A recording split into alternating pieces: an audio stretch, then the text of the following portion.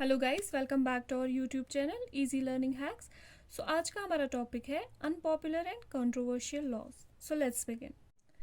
Understand the heading.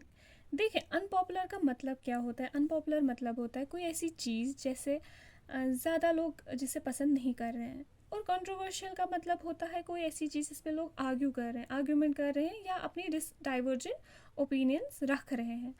तो क्या laws unpopular और कंट्रोवर्शियल हो सकते हैं? जी हाँ, ऐसा भी होता है। चलिए हम डिस्कस करते हैं, देखेंगे कि कैसे होता है, कौन कौन से लॉज अनपॉपुलर और कंट्रोवर्शियल है। देखिए, पार्लियामेंट पास करती है कोई भी लॉ, ठीक है। पार्लियामेंट ने passed a law constitutionally valid and hence legal. तो ये तो वैलिड भी है और लीगल भी है। कैसे वैलिड और लीगल है? देखिए, प्रोसेस जो भी होता है लॉ मेकिंग का वो तो पूरा फॉलो हुआ ना, तो फिर लॉ कॉन्स्टिट्यूशनली वैलिड भी है और लीगल भी है। लेकिन still it can be unpopular and unacceptable. Y?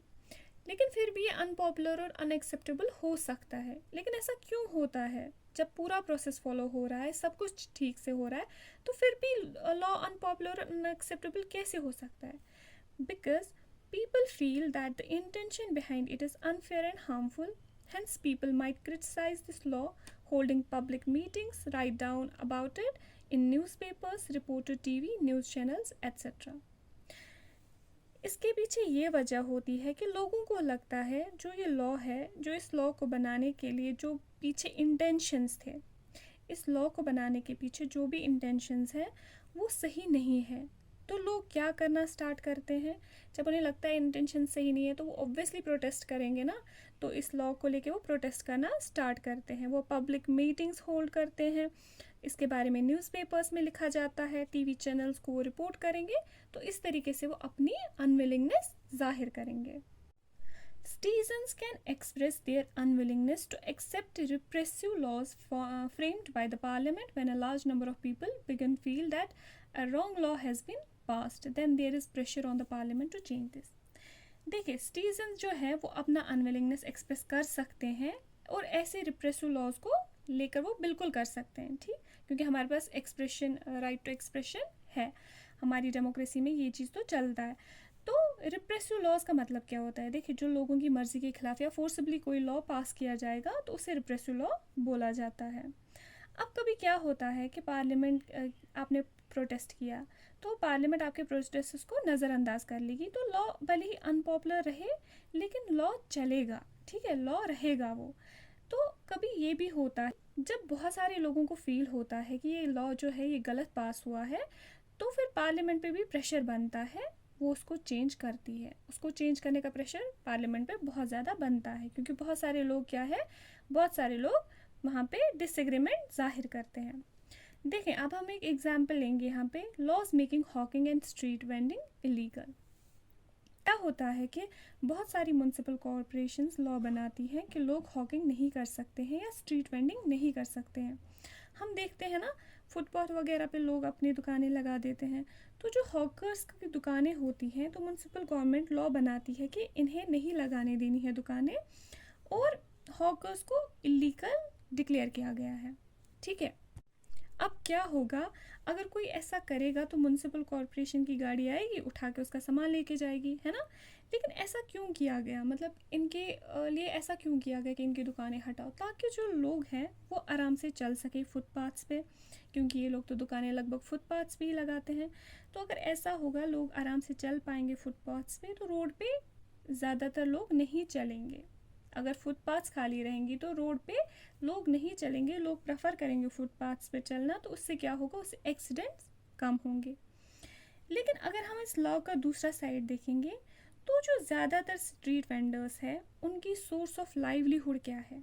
यही कि स्ट्रीट पर अपनी रेडी लगाना और सामान बेचना। अब अगर उन्हें रोक दिया जाए ये सब करने से और उनकी एक्टिविटीज़ को इलीगल डिक्लेयर किया जाएगा, तो क्या करेंगे उनका?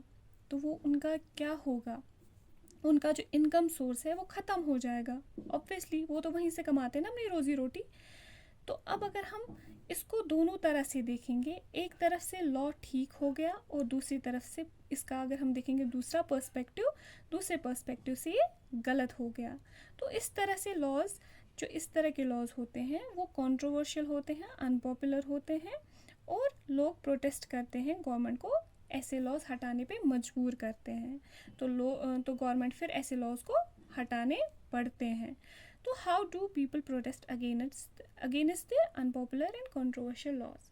अब क्वेश्चन ये है कि आप कैसे शो करोगे कि ये लॉज जो है अनपॉपुलर है, कंट्रोवर्शियल है। सिटीजन्स को तो समझ आ गया कि अच्छा ठीक है ये लॉ थोड़ा अनपॉपुलर है, कंट्रोवर्शियल, पर वो अब कैसे शो करेंगे कि ये लॉज इस तरीके के हैं।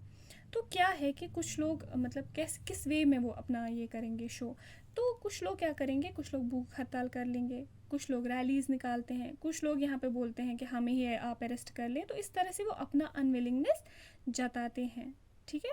We need to remember that our role as citizens does not end with electing our representatives. हमें ये समझना ज़रूरी है कि हमारा रोल ख़त्म नहीं होता है वोट देने के बाद। मतलब हमने ऐसा नहीं है कि हमने अपना रिप्रेजेंटेटिव चुन लिया और बात ख़त्म हो गई, सब ख़त्म, अब हमारा कोई रोल ही नहीं है, ऐसा नहीं है। तो फिर क्या है, criticise their actions if required. अगर ज़रूरत पड़े तो हमें गवर्नमेंट को क्रिटिसाइज़ भी करना पड़ेगा।